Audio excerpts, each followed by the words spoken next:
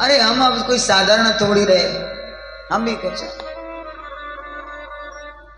तो लोकीनाथ हमारे साथ नाच रहा है, हमारे इशारे पर नाच रहा है। भगवान बोले ये अहंकार आया तो गया, मेरे भक्त में अहंकार न हो। और अहंकार को नष्ट करने के लिए भगवान अंतर्ध्यान हो गए और गोपी व्याकुल हो गए। यहां तक कि राधा को भी त्याग दिया भगवान ने।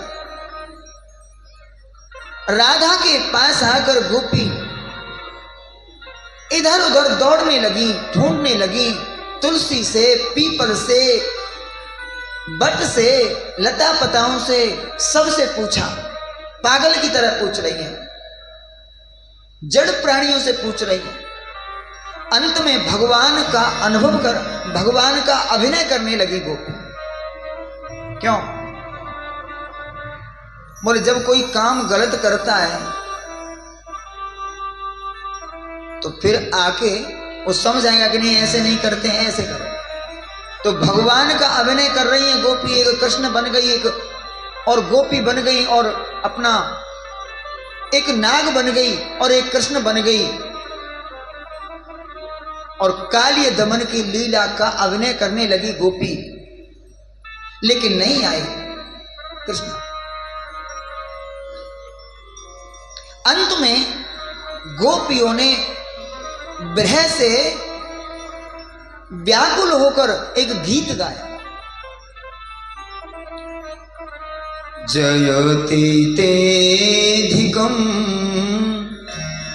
जन्मना ब्रजः श्रियत इंदिरा शाश्वतत्रहि दयत दशतां दीक्षुतावकाश त्वयि दता सवस्तां विचिन्वते। गोपियों ने आर्त होकर भगवान को पुकारा और कहा, हे कृष्ण, तुम्हारा जन्म इस ब्रज में जब से हुआ, जब से इस ब्रज की सुंदरता बढ़ गई, अन्य लोकांतरों के जीव भी इस ब्रज में क्षण मात्र ठहरने के लिए व्याकुल होते।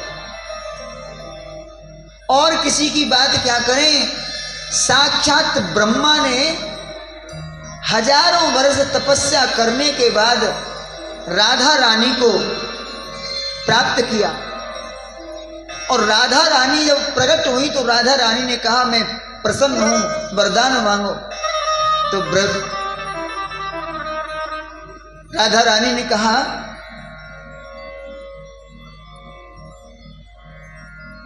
मांगो, क्या मांगना चाहते? तो ब्रह्मा जी बोले, हे किशोरी, मुझे इस ब्रज में थोड़ा सा स्थान दे दो रहने का।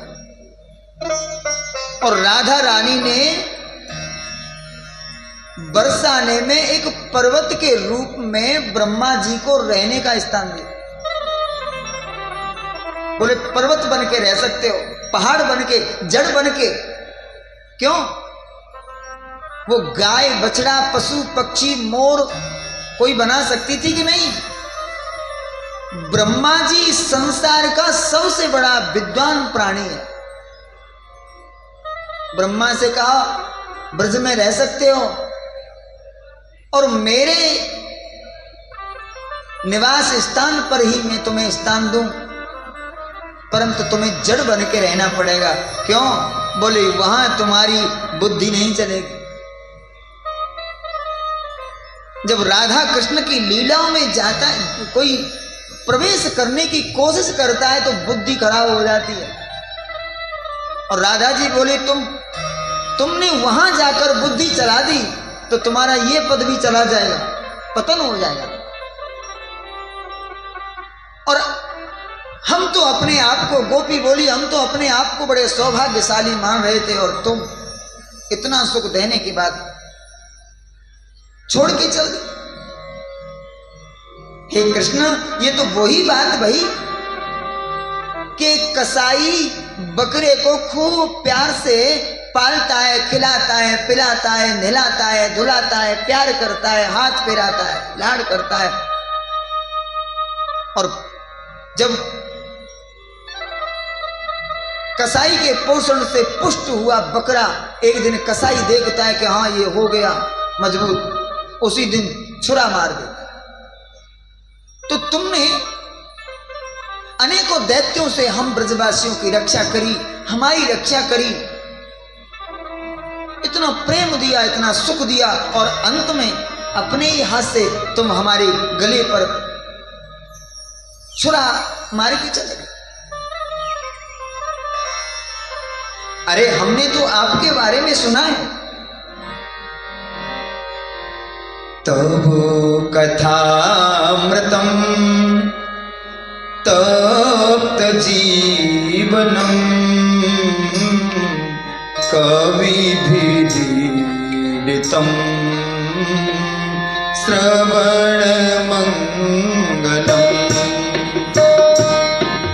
तब कथामृतम तप्त जीवनम कविभिरीडितम कल्मषापहम्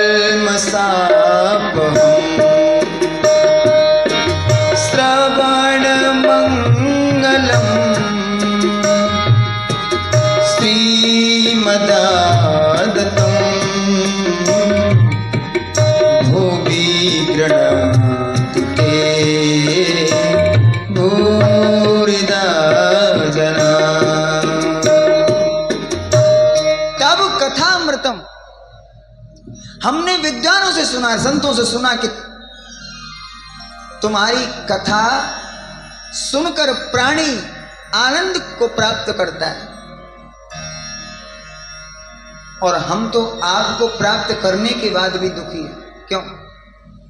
यदि हमसे कोई भूल हुई है तो जैसे काली नाग का दमन करके उसका जहर निचोड़ दिया, हमारा भी निचोड़ो, हमारा दोष नष्ट कर दो।